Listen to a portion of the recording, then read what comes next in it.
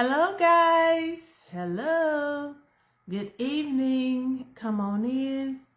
How's everyone doing this evening? Come on in and join us for this week's edition of Let's Talk. Of course, I am Juju. I am your hostess with the mostest, coming to you live this evening. How is everyone doing? The weather is changing up on us out there, isn't it? It's got a little chilly out there, but now it looks like there's some additional thunderstorms going through my neck of the woods right now. But we are inside, so it doesn't matter what it's doing outside. We're nice and toasty in here. So come on in, guys, and join us. For this week's edition of Let's Talk. Come on in, and when you come in, please let me know you're here. Tell me hello, and also, if you would, take time out to like and share the video. Click the like button, and then also click the share button. Let me know that you're here. Tell me hello, so I know who's out there with us this evening. We're looking forward this evening to having another very informative conversation about our finances and our financial well-being, and the things that we can do to ensure that we are building financial wealth and hopefully generational wealth. So come on in and join us. Let me know that you're here with me. Tell me hello. Give me some likes. Give me some thumbs up, and and please share the video with your friend. Hello, Mr. Troy Booth.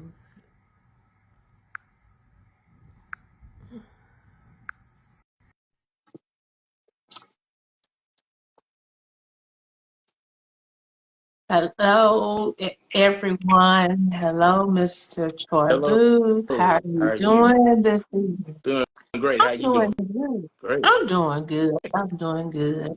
Um, how are you? You doing all right this evening? Doing fine.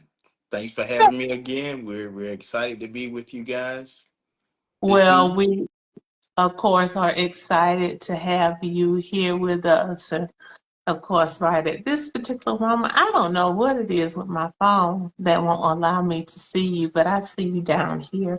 I Oh, got my okay. other phone. It's right in front of me tonight, so I can see you. I don't have to look over there to the side. You right here All in right. front of We'll me. make it work. Make it work.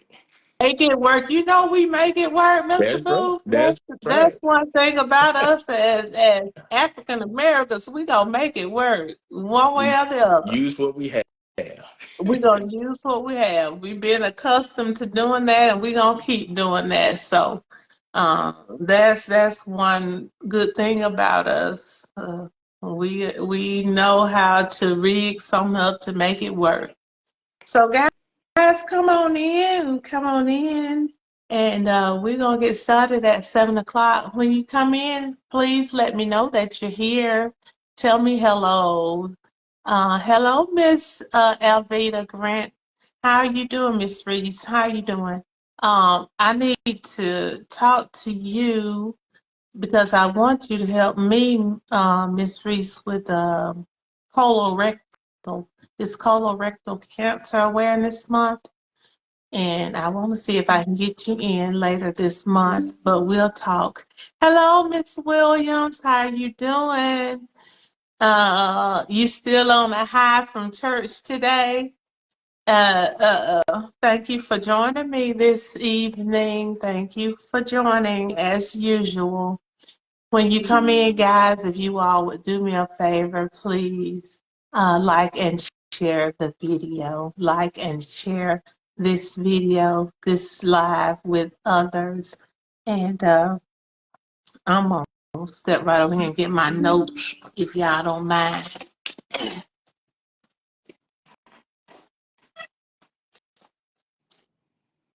I left them on the kitchen table right now. So anyway, I got them now. So you still on a high, Miss Williams, I saw that message. That was such a sweet little message. I told your big sister that she's gonna have to get on our little brother. I said I'm signing him to you because I don't know how much he was receiving what I was putting out today. Hello, Miss Barbara Ashford. How are you doing? Thank you for joining us this evening.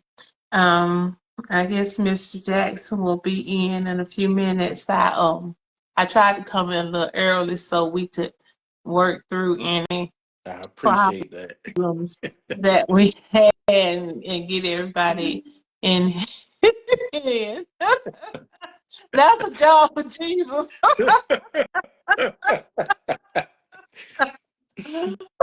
Leave my little brother alone. Leave my little brother alone. All of us are a job for Jesus.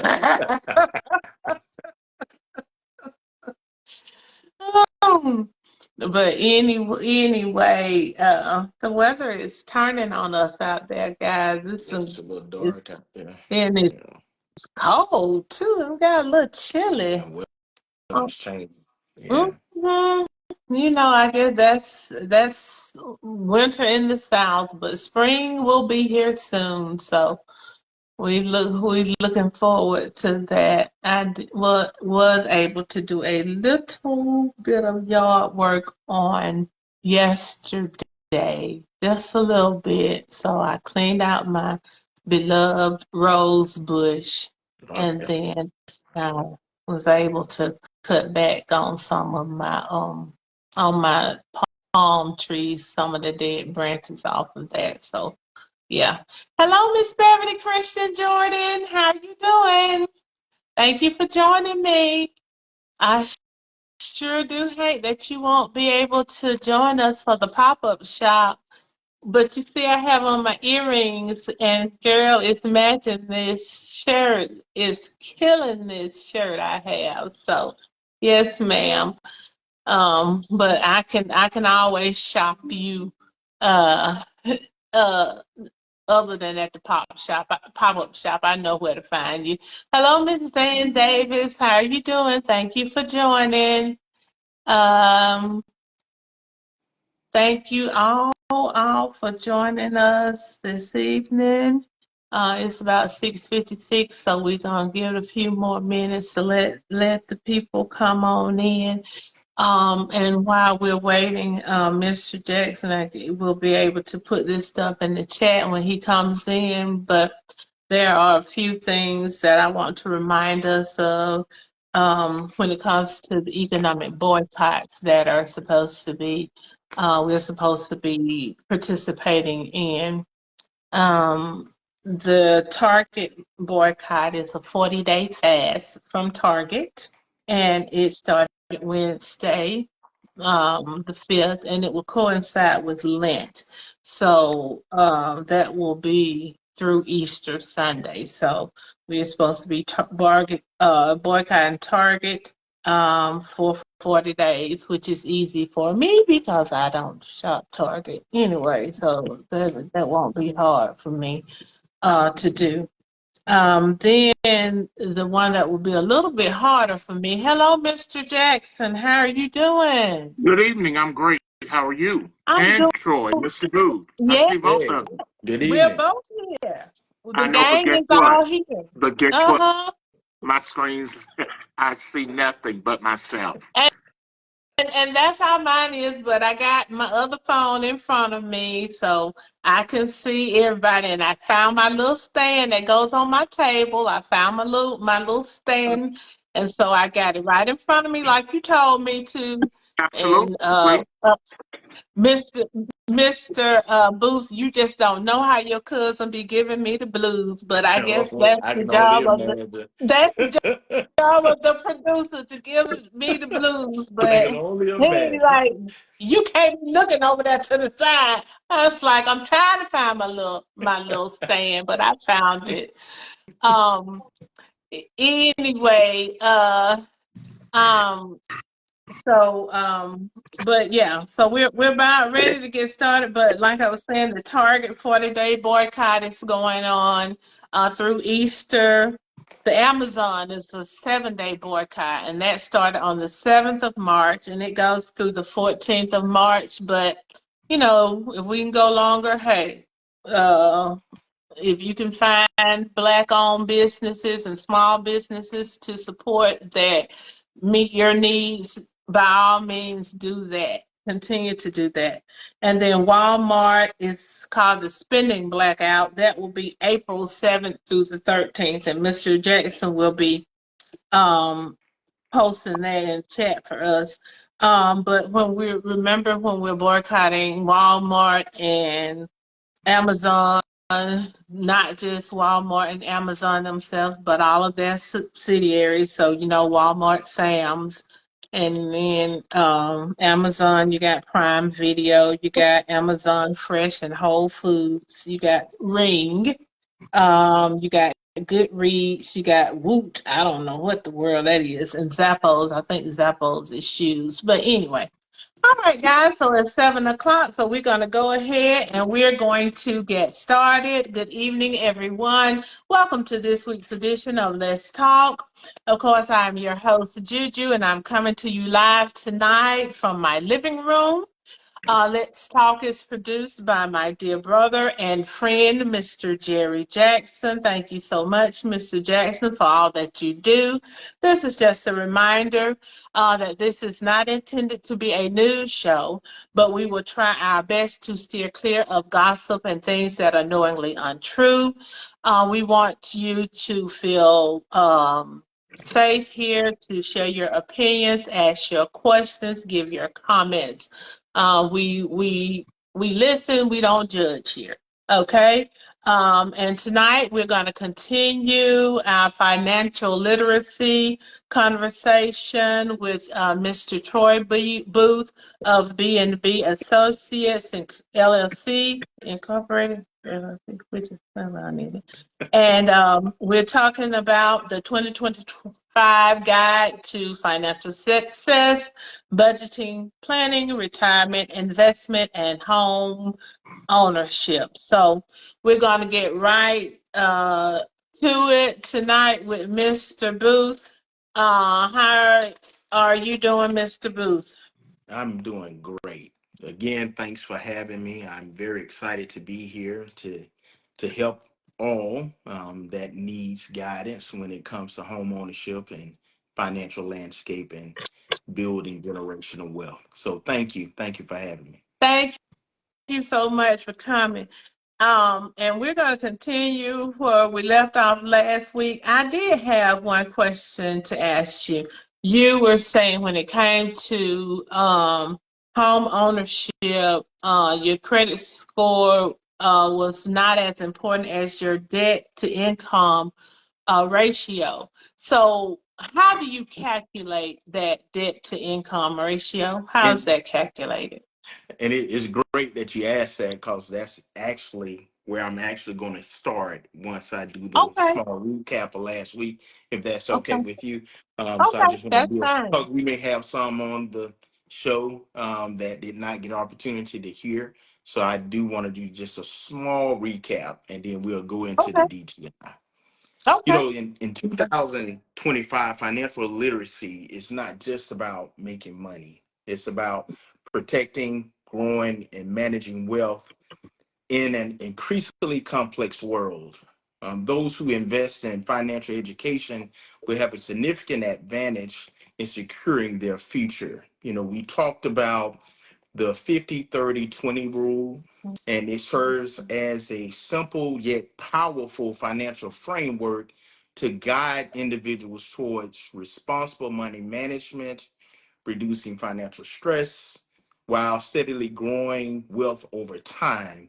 A realistic monthly budget, flexible, achievable, and goal oriented, it prevented financial stress, allows for enjoyment, and build long term wealth by ensuring savings and investing are a consistent part of financial planning. You know, these things are very important for us to keep in mind as we are changing our mindset. That is a very important piece for everyone that's here. Is the way you have done things before. We just want to take a step back and just hit the reset button. We don't want to say that you've done anything wrong. We're just trying to encourage you to improve yourself. We talked also about budgeting in 2025, a smarter and more efficient with using tools like AI driven apps and automation tools. Whether you want to track spending, build wealth, or cut unnecessary costs, these budgeting apps can help you stay on top of your financial goals. I know that Brother Jackson is going to put that in the actual chat so you guys will have access to that information. A successful financial plan includes both short-term and long-term goals. We did talk about that to ensure financial security today and wealth growing for the future. Also, we discussed an emergency fund.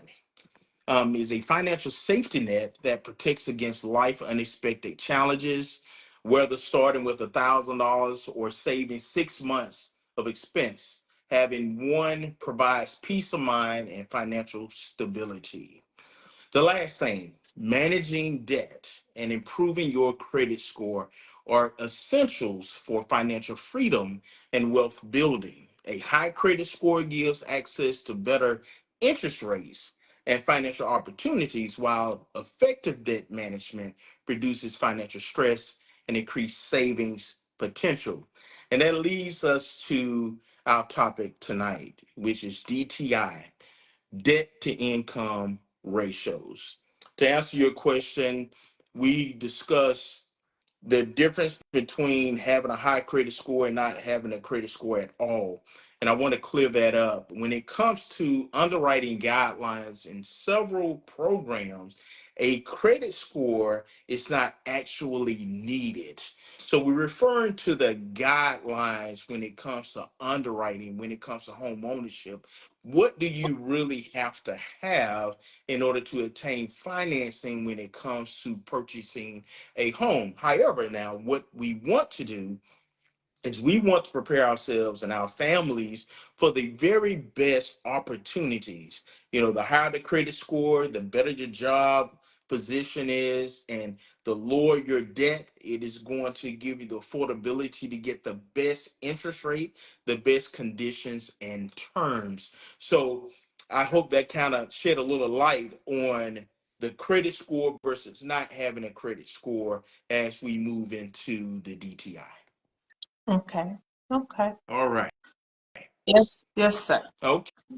All right. Bottom line up front, your debt to income ratio is key in financial decision making. The DTI influence the mortgage approval, car loans, and other credit opportunities. Managing and lowering your DTI can improve financial stability and credit worthiness. Understanding debt to income, DTI ratio. The definition: the percentage of monthly gross income spent on debt payment.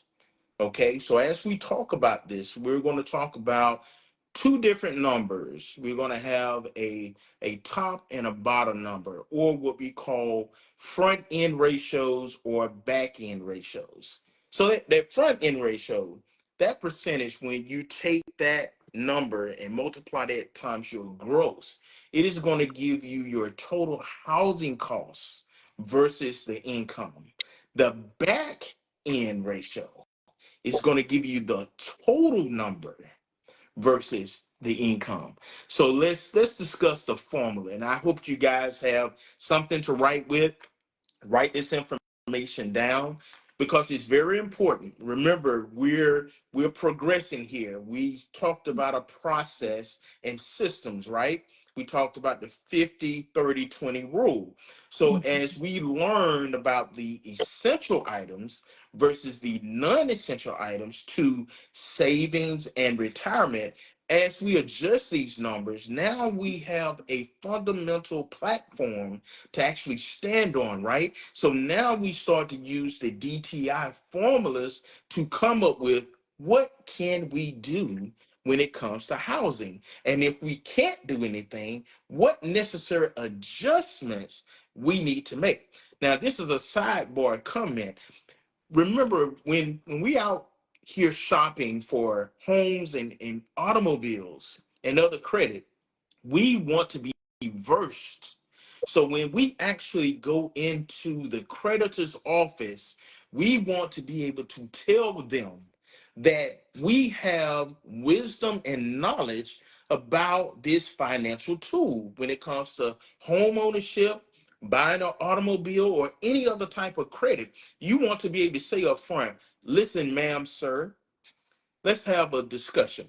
I want to tell you what my direction is when it comes to home ownership, me purchasing an automobile, or any other type of credit. I do understand what the underwriting guidelines mean and what your guideline numbers are. So let's take it from the top. I have my job information together. I have my numbers together. I know actually how much payment I will be able to afford in PITI, which stands for principal, interest, taxes, and insurance. What this does when you go into the office, it gives you an advantage.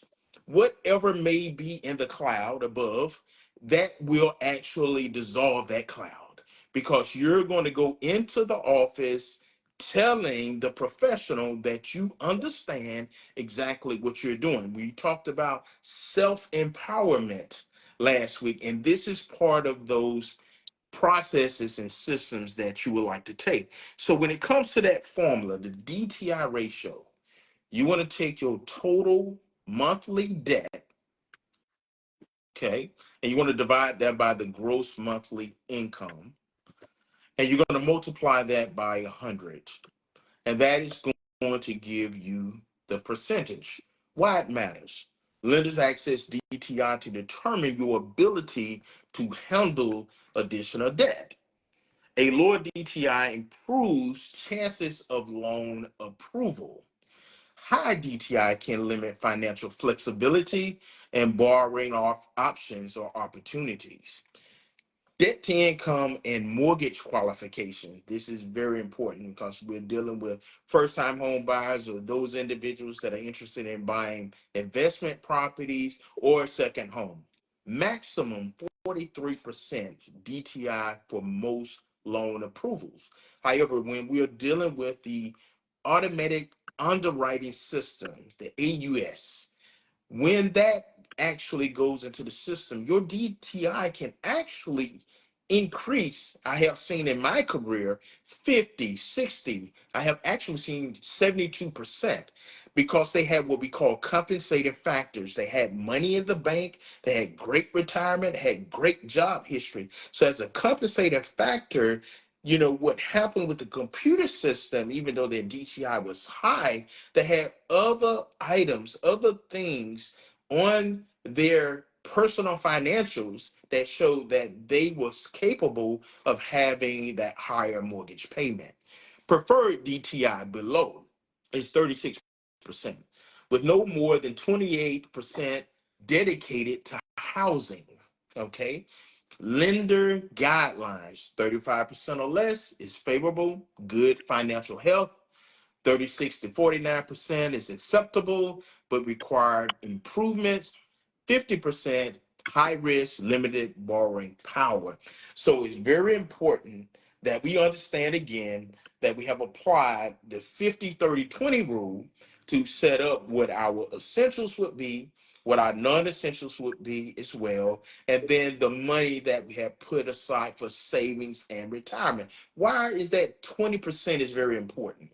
Remember, when you go to make an application, the institution wants to know how well you have managed your finance.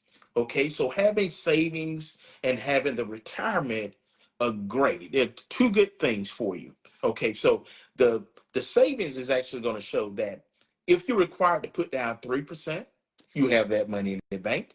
If you're required to pay your closing costs, you have that money in the bank. Also, if they say, well, we want to see some reserves, well, your retirement. So say you've been participating with your 401k for X number of years, then you're not going to have to actually pull that money out, but you have the retirement statement showing that you have accumulated money over time. So that will cover the reserves that are actually needed. Now, by you doing this, we're actually position ourselves to make the real estate professionals work on your behalf. Go out there in your negotiation and ask the seller to pay concessions, and that's closing costs. We talked about closing costs and we talked about prepays. Remember, when you're purchasing a home, when it comes to the prepaid items, you're going to pay 1 year of the insurance up front. So right there alone, that can be $1,200, $1,500. So if you understand this process, then you're going to position yourself as a buyer to tell the people who are working on your behalf how to conduct business for you, but it starts with you being empowered first. Okay.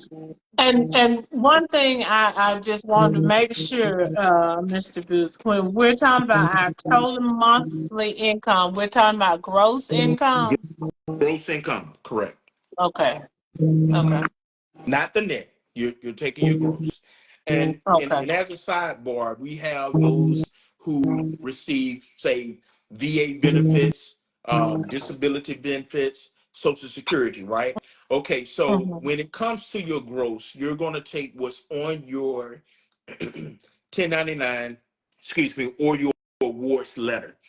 And one benefit that those individuals get is they're able to gross their income up 119%.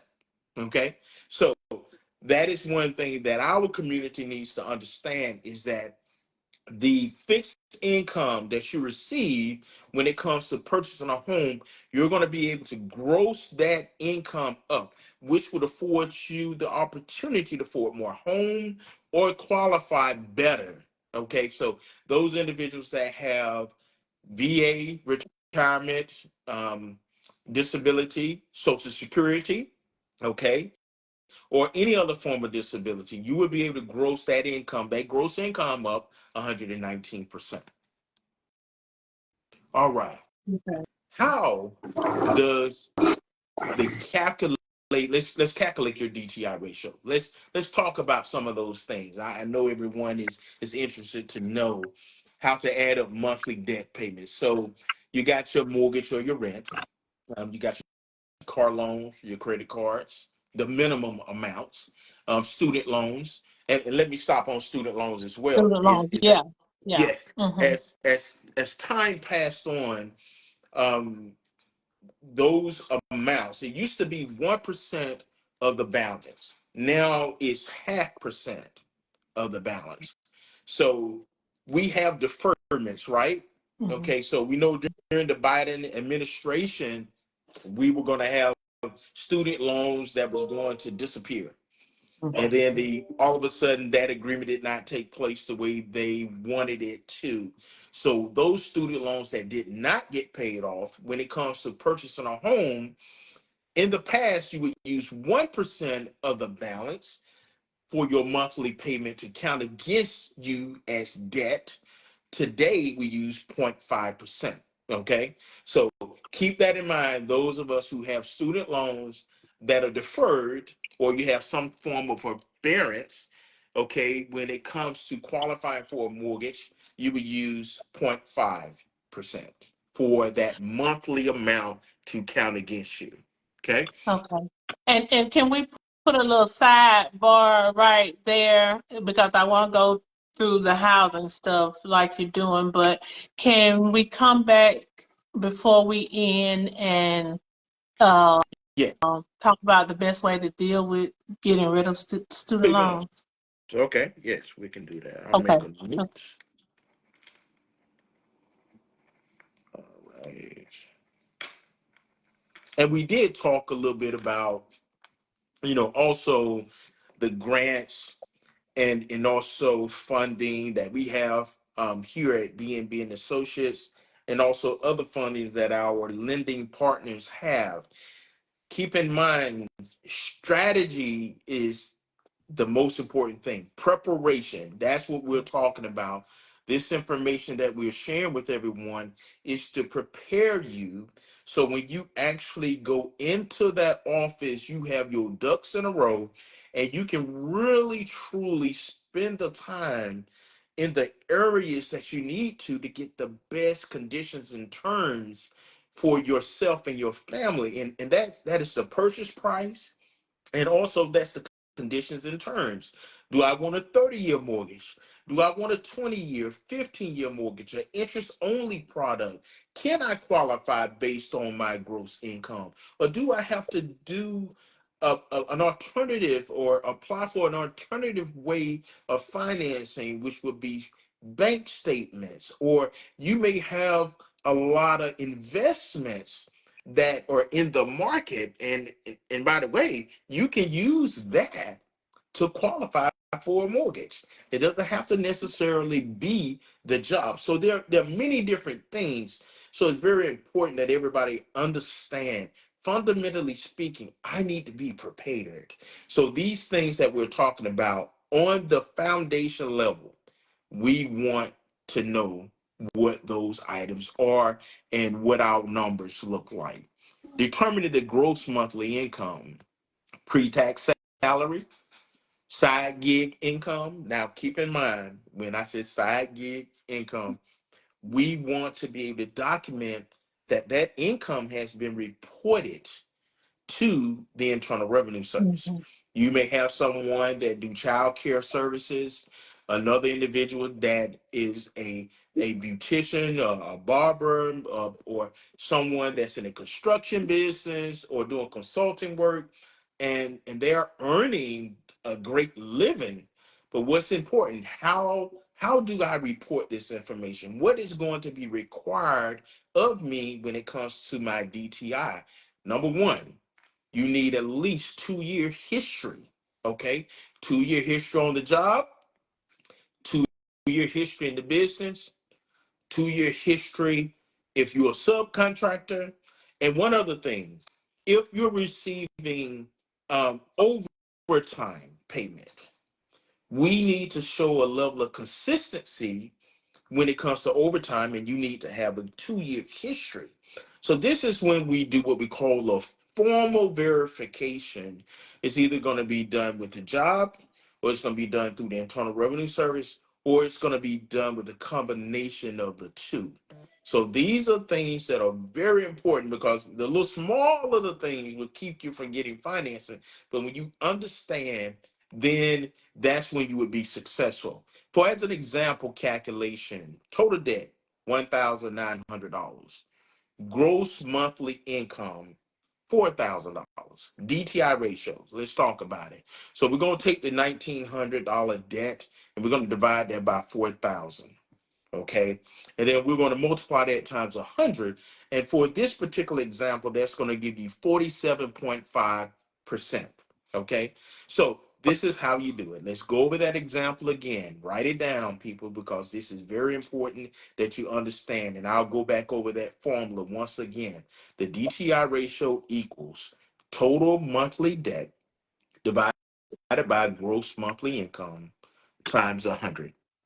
So the example was total debt is $1,900 a month.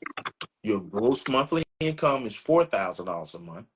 The DTI ratio formula will be 1,900 divided by 4,000 times 100, and that will give you 47.5%.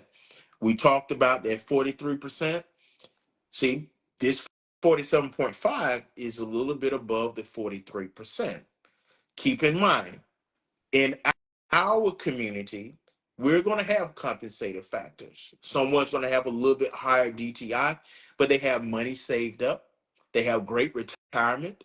They've been on the job for 10 plus years. So those compensated factors will allow you and help you qualify for a mortgage. And that mortgage in particular that I'm actually referring to is FHA. FHA is a government loan. It's a insured loan where you pay MIP, which stands for mortgage insurance premium. You pay that Mhm. with an annual amount and a monthly amount, or an upfront MIP that would be added to your loan. So you don't have to actually pay it out of pocket. The way FHA actually works, it can be included in your loan. Okay. So when it comes to your down payment, which is 3.5%, there are so many different things that you can use. You can get gift money from a family member, okay, to cover the 3.5%. Or you can apply for a grant. And we have several grants in the area. We talked about the Opelika grant, which is a grant, $6,000, where they pay 50% of your down payment, and then you're actually able to use the other 50% towards your closing costs. Now, the median income is very important. So we have limitations on that particular grant. You have to make X number of dollars based on the size of your household. And we will get that information. So as we're going through this series, everyone will have that information as well. Okay. Mhm. Okay. All right. Okay. Now Strategies. Yeah. let me ask you right quick, like on some grants and loans, like I had a coworker of mine, and she was in the process of purchasing a house, Okay. and we don't we're salary, so we don't generally ever make Overtime. overtime, but it was during the COVID. pandemic, and we were working those extra long hours, so they finally started paying us overtime. Right. But because she was getting that overtime, that put her out of a range to qualify for certain grants. Correct. That's correct. That's the median income levels for, and we have a chart that is actually used based on the counties. Okay, so each county has a median income level that is different, and we will that would be another resource that we will put out there as well, so everyone would actually know what the median income levels are for Lee County. And the way it works is that as long as you're under that median income level, you'll be fine to apply for whatever program or product that's available to you. So that's how it works. And and also keep in mind, as things get better, products are available for those individuals that do make more money.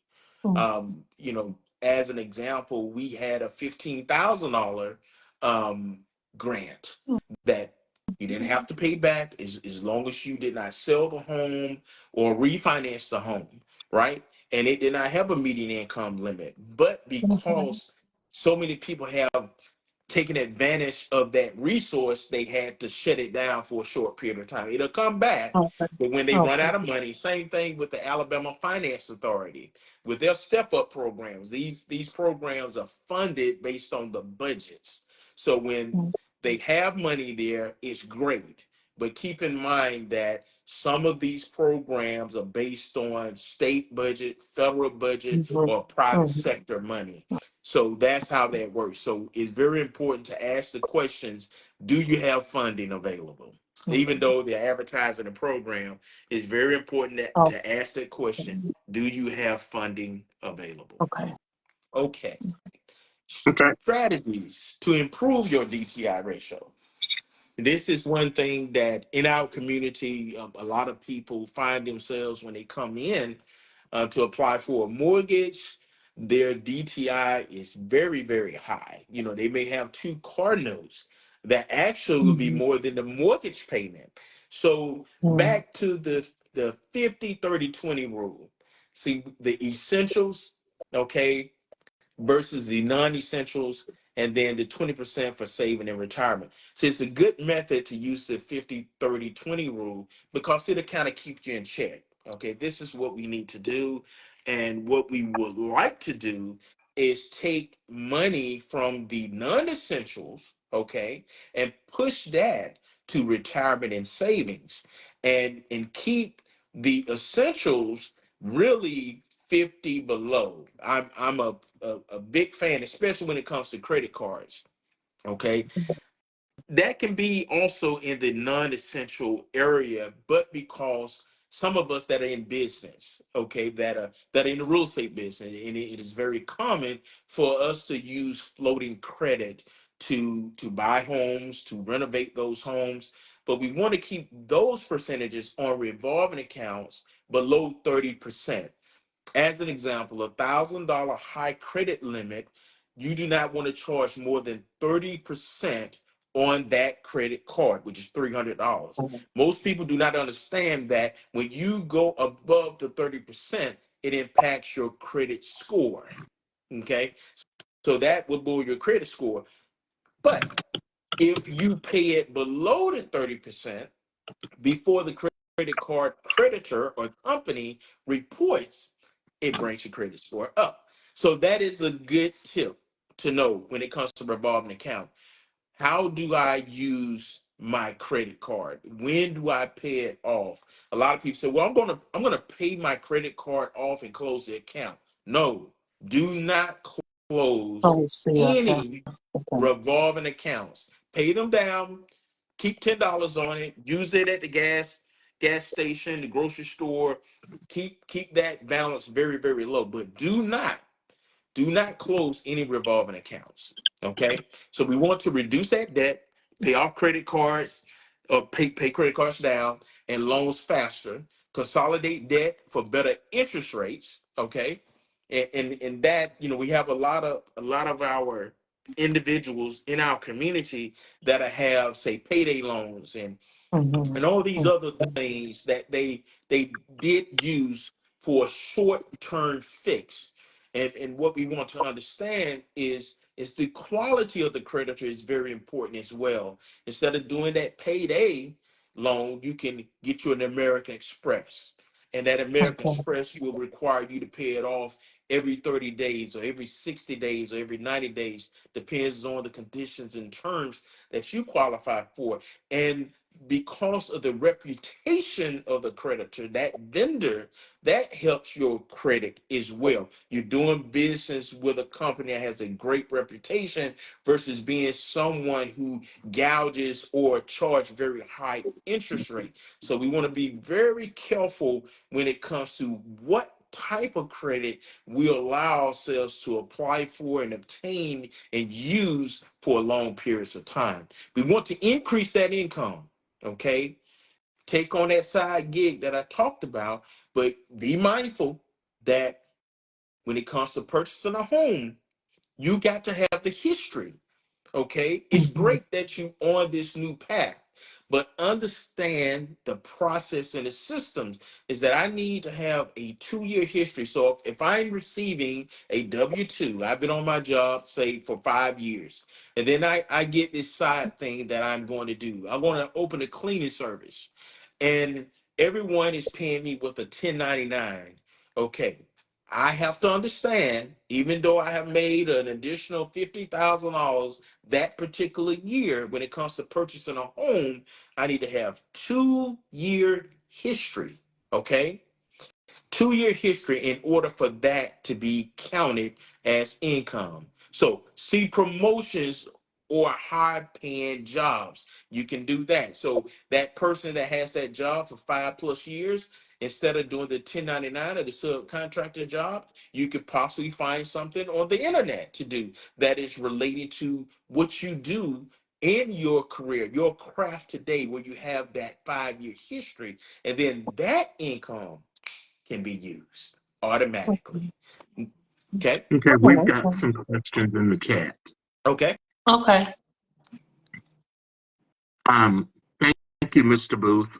Very powerful information. We've got several questions. One question is, how do a person avoid MIP? That's the first question, and then when you answer, I'll follow up with the second. Okay.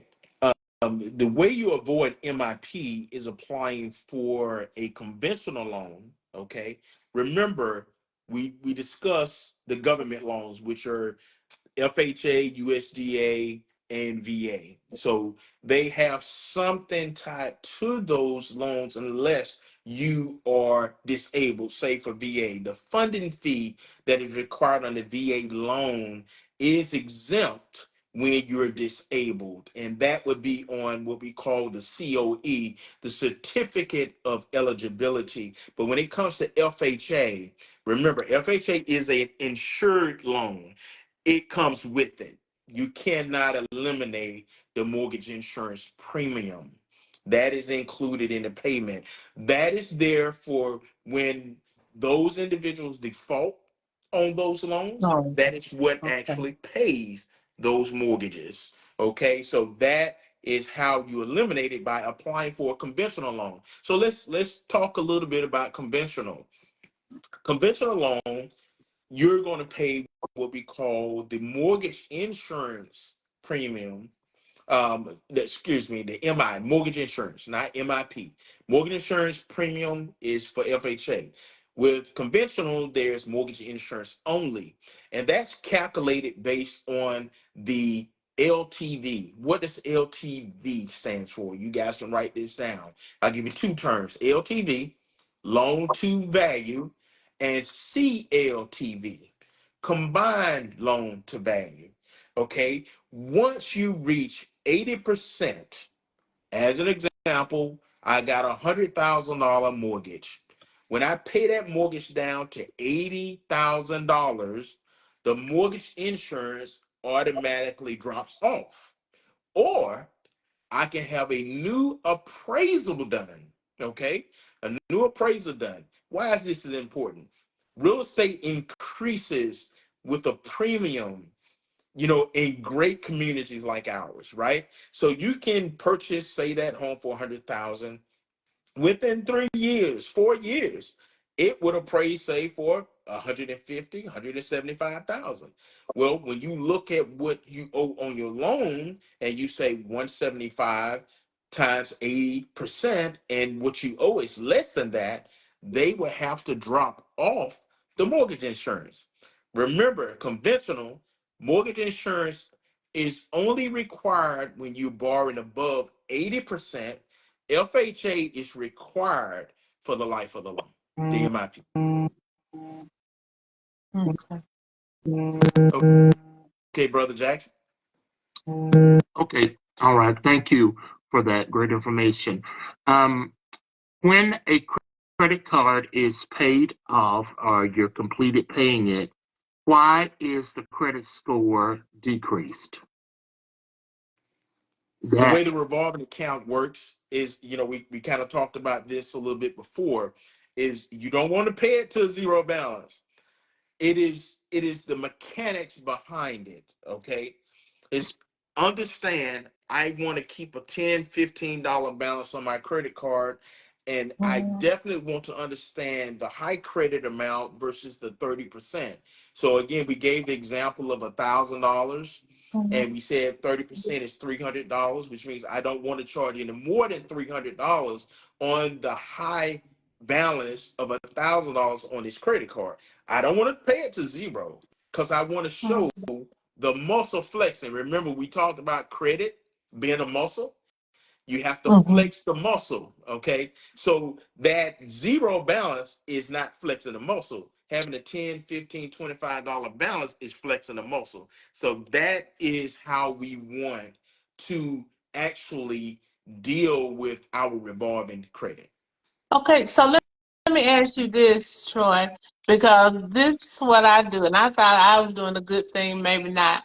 Okay, so I use basically one card, but I put all my gas on there, and then every time I get paid, I pay it off. So I shouldn't pay the whole balance? Right. I would keep $10, $15 on my card. I Oh, definitely would okay. do that. Okay. Mhm. Yeah. Yeah. And you said you used that one card, so I'm assuming you have other cards as well, right? Yeah, and most of them got a zero balance. So, Yeah. So use um, them. You don't have to use them at the same time. Randomly use them. Remember, creditors are reporting every 30 days. Remember, it's very important everybody understand this, is that some revolving accounts, the vendors will close your accounts. And so you need to understand that that wipes out all the history. So say okay. I have had my American Express relationship for 29 years. Okay. So if if I don't flex the muscle and the creditor says, well, listen, I'm going to close that account, it is going to hurt you. And you have not been late at all. It's about the relationship and it's about the mechanics behind the revolving account. Okay. One more question.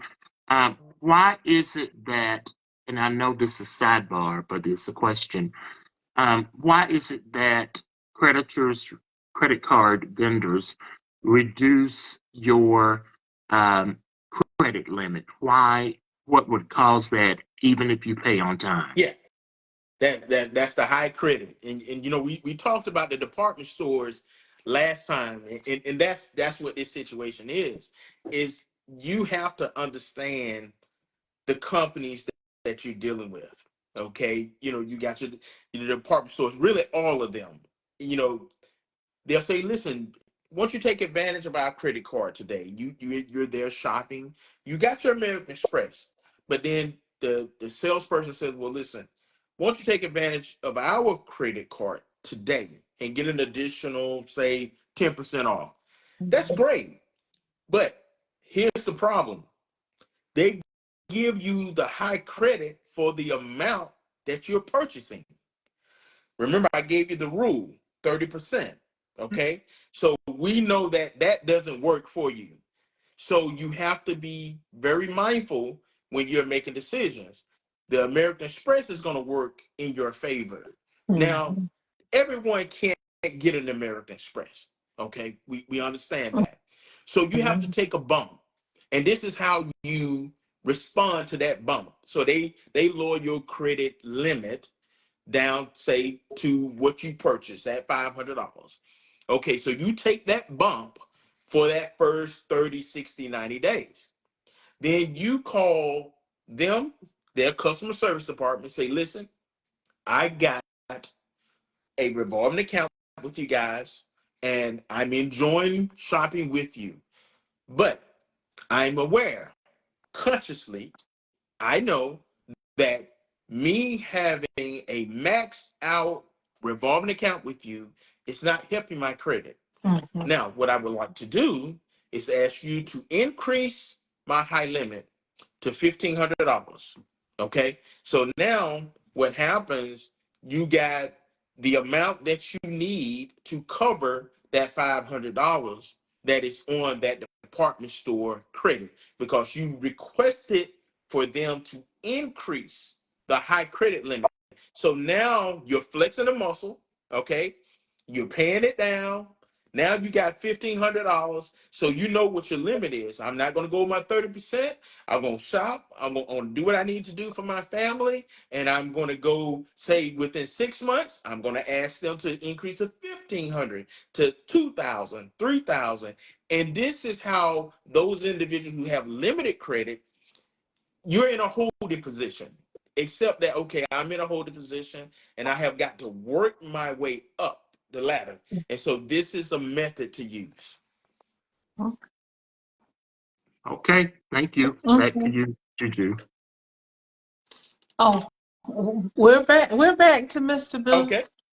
All right. All right. Okay. So avoid new debt as well. You know, limit unnecessary credit card usage, postpone large purchases. You know, it's very important to understand how it all works. And in this section here, DTI versus credit utilization, right, is that debt to limit credit utilization ratios, percentage of available credit use. And this is what we just talked about. And we refer to that as credit utilization. It's what is my high credit limit, right?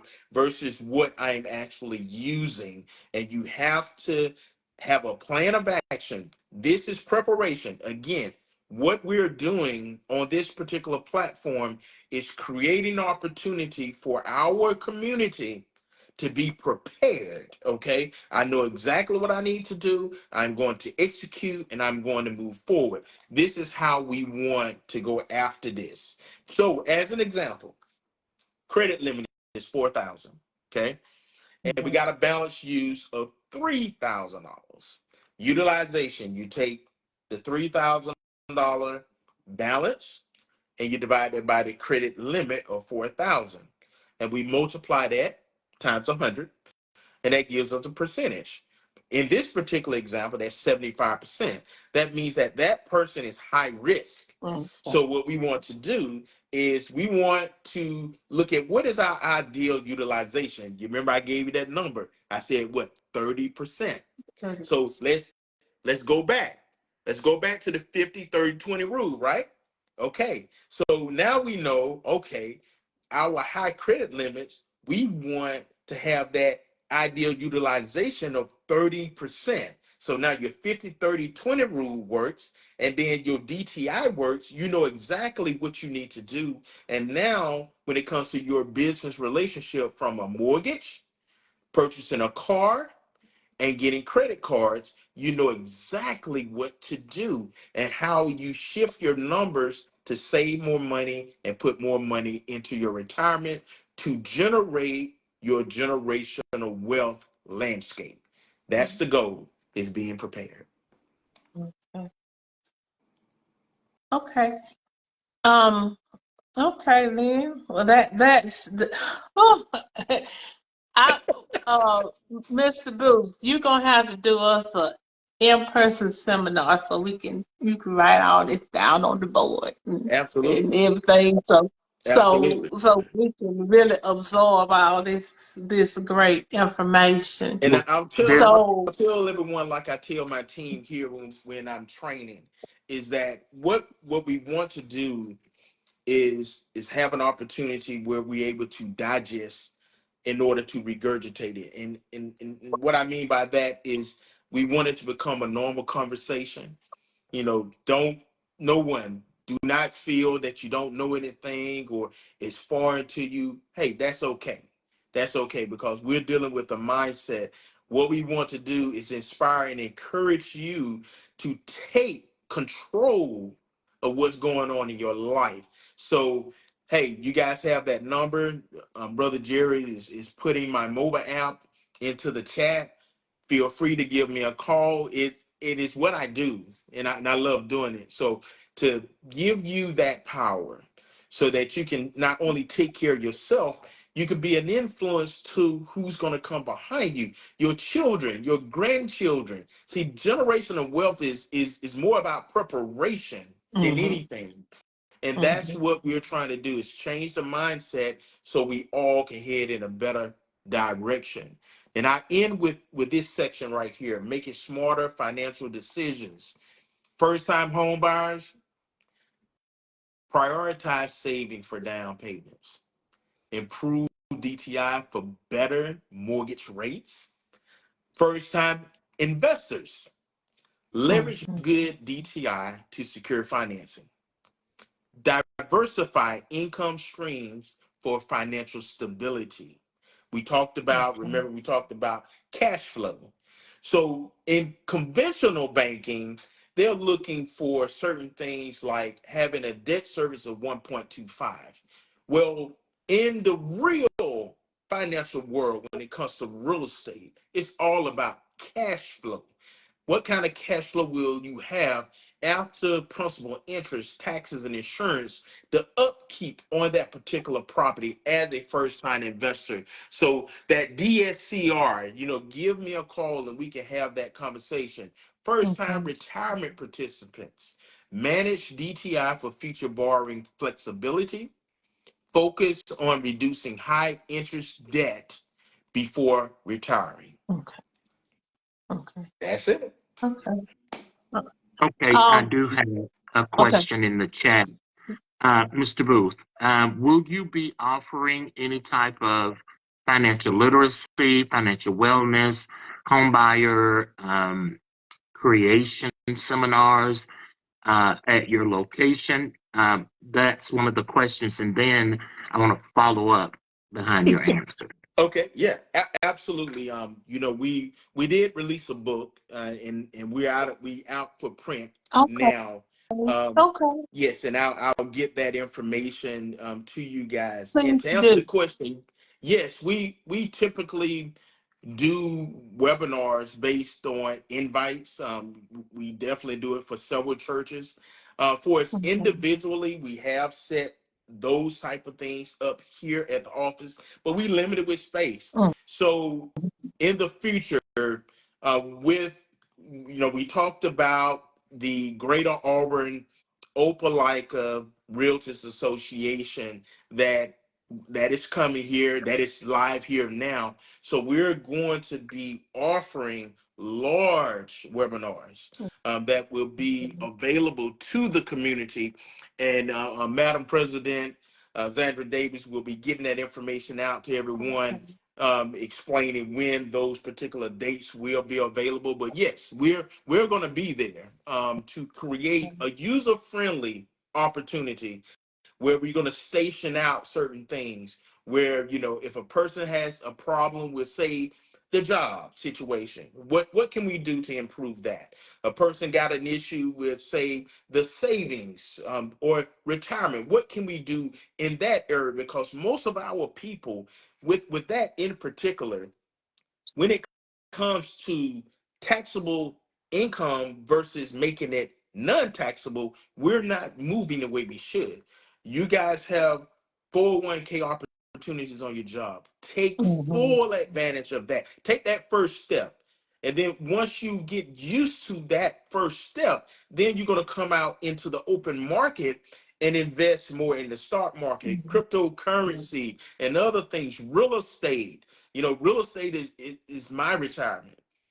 I do have a 401k, but where I get the bang for the buck is my craft, my talents, and my gift. I buy real estate, I build real estate, I hold real Okay. estate, I fix and flip Okay. real estate, and then I put that money into funds. So it's many things that we can discuss. And yes, we're going to have things that will be reported here on this particular show and on the radio as well. So yes, we definitely will, and those dates will be available.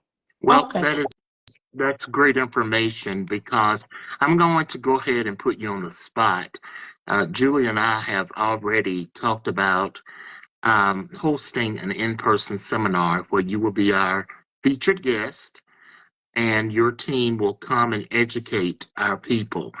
And I would like to have it in a form of a seminar where it's about 4 hours and we go into breakout sessions and you learn according to what you want to learn.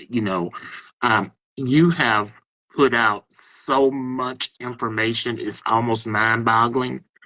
And I was doing the very best that I can to put the information in the chat.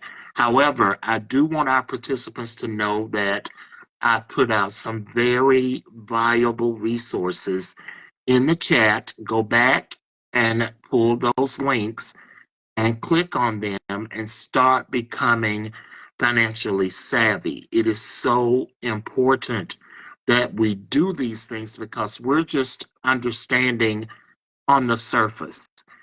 And he has gone so deep that the information He has, is and and incredible. And and I want to be able to get back to the question that I asked earlier because it's something Student that loans. plagues everybody. Student Student loans. that plagues a lot of people. Yeah, Student loans. yeah. What is the And best way let, to? let's let's really talk about student loans, because remember now, student loans exchange from one position to another position.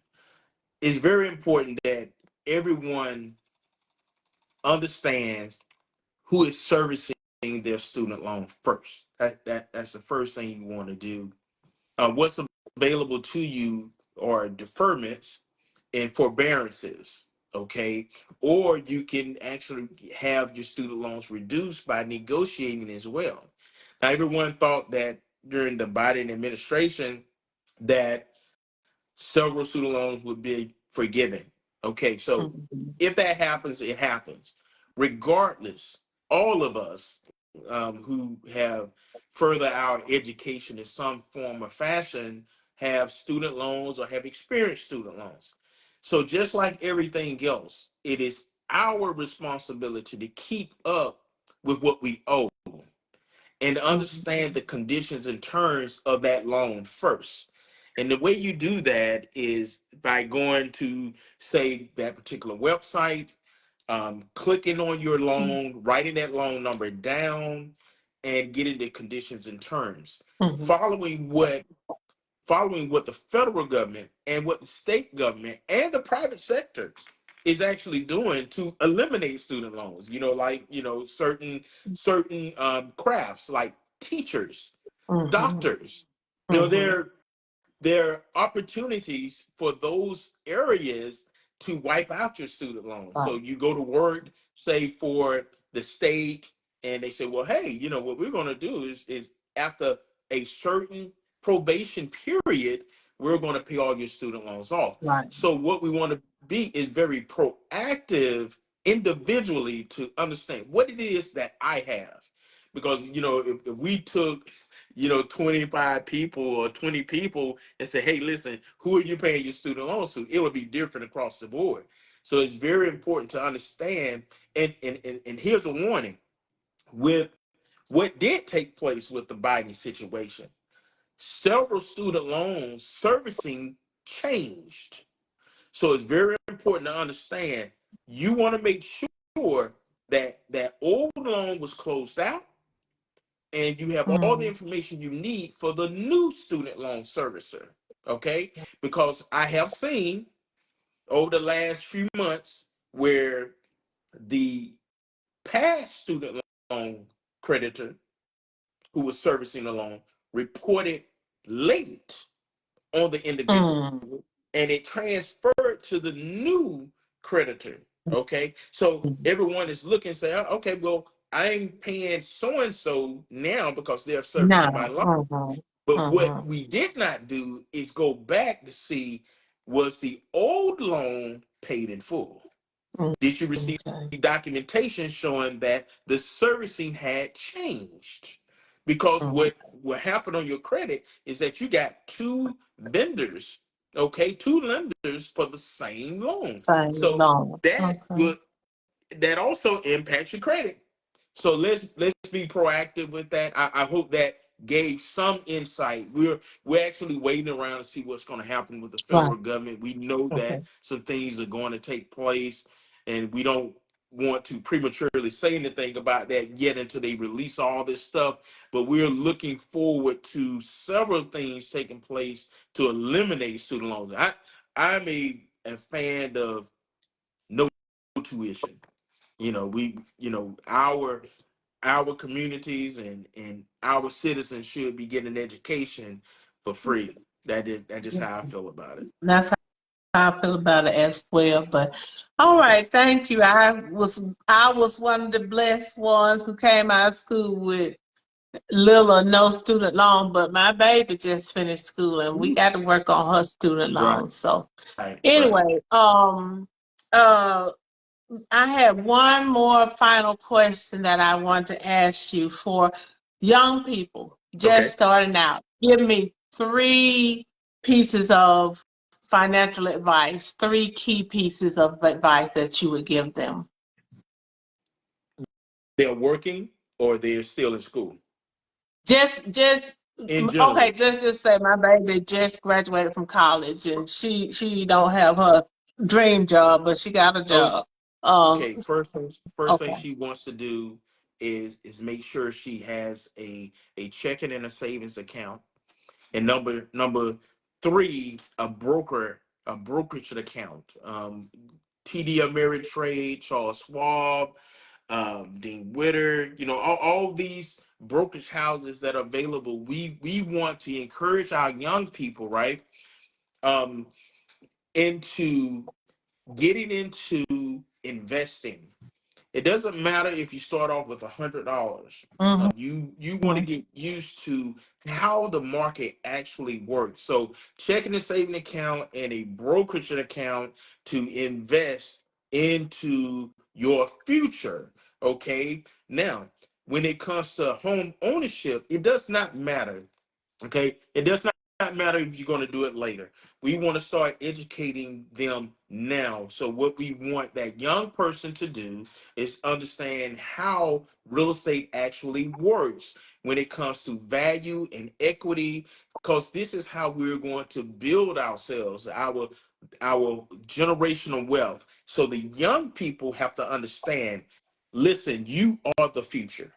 So you have to be proactive right now. You have to move right now for the future. So where you are, don't get the job. Don't go out there and just buy a whip. Don't go out there and just do all this crazy shopping and vacation and just party and drop it like a hot. Just be just really be conservative enough to say, I have to be responsible for myself, I have to be responsible for my family, and I have to be responsible for the future. And the way we do that is self-empowering ourselves. So you have to become a student of finance. Whatever Okay. your craft is, whatever your talent is, that's great. But everybody has to understand, I have to be a student of finance. So opening the accounts and doing it on auto draft. Have X number of dollars that's going to go to your checking and savings. Remember, we talked about the 50-30-20 rule. So applying that 50-30-20 rule is a game changer. We want to do that up front, even if the kids are in school, high school. Okay, they want to, whatever allowance they're receiving. If they got a job at McDonald's, Burger King, we want to apply the rule, 50, Okay. 30, 20 rule. And as you're applying it, you're going to develop the habits, the great habits that's going to point you in the right direction when it comes to financial freedom. Okay. All righty. Thank you so much, Mr. Booth. And like Mr. Jackson said, we're gonna be in touch with you because we want to plan some kind of seminar real soon. Okay. That's going to incorporate a lot of different stuff in it when it comes to financial literacy. Sounds good. Um, We'll be okay. there. And I want to remind my audience to make sure that you guys support Mr. Booth. Now, what all services do you offer so they'll know exactly what they can come to you for when it comes to financial services? Yes, What absolutely. services do you offer? B&B and Associates LLC is the real estate and mortgage firm, the real estate brokerage. B&B Investments LLC is the construction company. So we Oh, do renovations to new construction, all the way to custom builds. B&B Tax Service, that is where we do CFO services, bookkeeping, payroll, okay. and estate planning, and doing this financial Okay. landscape. So what we do there is map out with our partnerships. We have partnerships with several other individuals, Intuit being one of them, to have the other apps and the other programs that our clients actually need to put together that map to follow when it comes to financial freedom. Okay. And so you said you do estate planning? Yes. Okay. Well, I might need to come see you. I don't know if my baby was planning on taking me out or not, but she asked me the other day, do you have a will? I said, well, you And, don't and, worry about that and for. and we're going to leave and for everyone, we're going to leave the trust information last, Okay. because we want you to be seasoned before we even talk about that. When it comes to the will, a few things, I'll just throw this out there. You should have a will. You should have um a irrevocable trust in place. You need to have a dual power of attorney in place. So if something happens medical related, you have that already put in place. But the goal is to take your personal home and put into a living trust. And I'm going to stop right there, because once I get started, then it's going to open up. But these are the things that, especially in our community, we did talk about before, about how land and things got taken from our people when it Right. comes Right. to discussing what happened with sharecropping. So we partnered with individuals, and at the end of that transaction, the land was given to our families. Well, what happened is that the families thought, okay, a will is all I needed. And that is absolutely not true. See, Mm. if you got 10 children that is on that piece of property as their property, and one person decides to sell, that means everybody got to sell. That So is if you correct. have that in a trust, a land trust, okay, that changes the game. That takes care of that situation. And also, what it does, it takes away the pain that our people have felt going to the courthouse because they didn't have the will together and they had to go through the process of settling the estate. See, you already Mm. know lost your loved one. Now you got to go through this situation. See, if you have everything set in place, what had happened is the process would naturally move for Mm. yourself and your family. So I'm encouraging everyone to invest in the time to learn about the trust, and that would be the end piece that we'll discuss. Okay. How to go about getting a trust, what are the ins and outs about a trust, and those things. So we look forward Okay. to talking about that as well. Okay. All right then. All right then. Well, thank you for tonight, and we look forward to learning more. Mr. Jackson, you got us on our announcements. I do want to pay special attention to one of our special guests, the president of the Greater Auburn Opelika Realtors Association, Ms. Andrea Davis. Thank you so much for joining us. And I want to make sure that we are aware that the Realtors Week will be taking effect, will begin Sunday, April 6th, and it will be all week. So pay Okay. attention to the many events that they have. Next Sunday, we will continue with part 3 of our 2025 Guide for Financial Success with the one and only, the GOAT, Mr. Troy Booth. On Sunday, March the 23rd, we will be talking about online dating. On the 30th, March 30th, we'll be talking about colorectal cancer awareness. That is so important. Mhm. Just a reminder that we are continuing our fasting, praying, and almsgiving during the 40 days of Lent. Make sure that you include this nation, our government, and those in positions of power in this country in your prayers. March is also Women's History Month, so don't forget to celebrate the amazing women in your life. As I've shared earlier, please like, follow, and share Ardeen Thomas on Facebook. Again, I have posted the very important links that Mr. Booth has shared with us about his business. As we all know, he is a one-stop shop. So please pay attention and copy and paste those links and review them for future financial education and literacy. On Saturday, March 22nd, from 10 a.m. at 10 a.m., the St. Luke AME Church will sponsor a spring pop-up shop. They're located at 1308 Auburn Street in Opelika. Several vendors will be there: Buy Juju for You, Joyce's Jewelry, MD Design, Avon Queen, Stephanie Lee, Mary's Art, Why Not Yarnery, and Josie Beautiful VIP. So stop by the church and support those wonderful vendors. Saturday, June 28th, 2024 is going to be a phenomenal event. That's going to be our Juneteenth celebration at St. Luke AME Church in Opelika. It is going to be from 4 o'clock p.m. to 7 o'clock p.m., so we will not have to be in the hot, hot sun.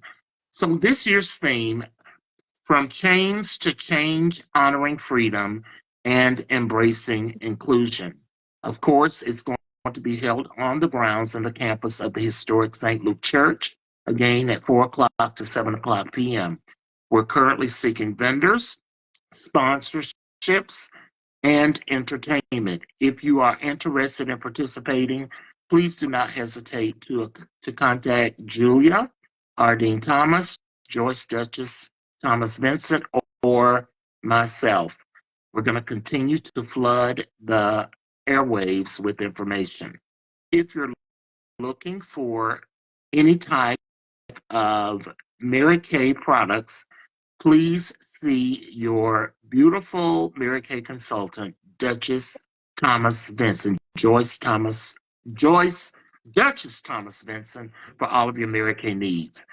And we ask that you continue to subscribe to the daily and the weekly podcast of the Divinely Guided podcast YouTube channel. You'll be able to catch all the episodes. They drop every Monday at about 6 o'clock p.m. Central Standard Time, and you will be able to enjoy the mother-daughter team of Duchess Thomas and Adrielle Vincent. And I posted the link in chat. We're asking that you continue to like, share, and subscribe to Juju's Dollhouse YouTube channel. You'll be able to keep up with everything going on with By Juju for You and any additional shows that you may have missed. That will be posted in the chat. And By Juju for You is a proud sponsor of Hold Up the Light, which is Huddle. And I've also posted the dates and the times of the boycott. It's going to be at the very beginning of our chat. It's very important that you adhere to the places that we're boycotting. Again, the economic boycott is a 40-day target boycott starting Wednesday. It started Wednesday, March the 5th, and the boycott will continue through Easter to coincide with Lent. There are several businesses that we're boycotting, and we are really doing a week-long Walmart spending blackout beginning April 7th through the 13th. Those are the announcements that I have at this time. Back to you, Juju.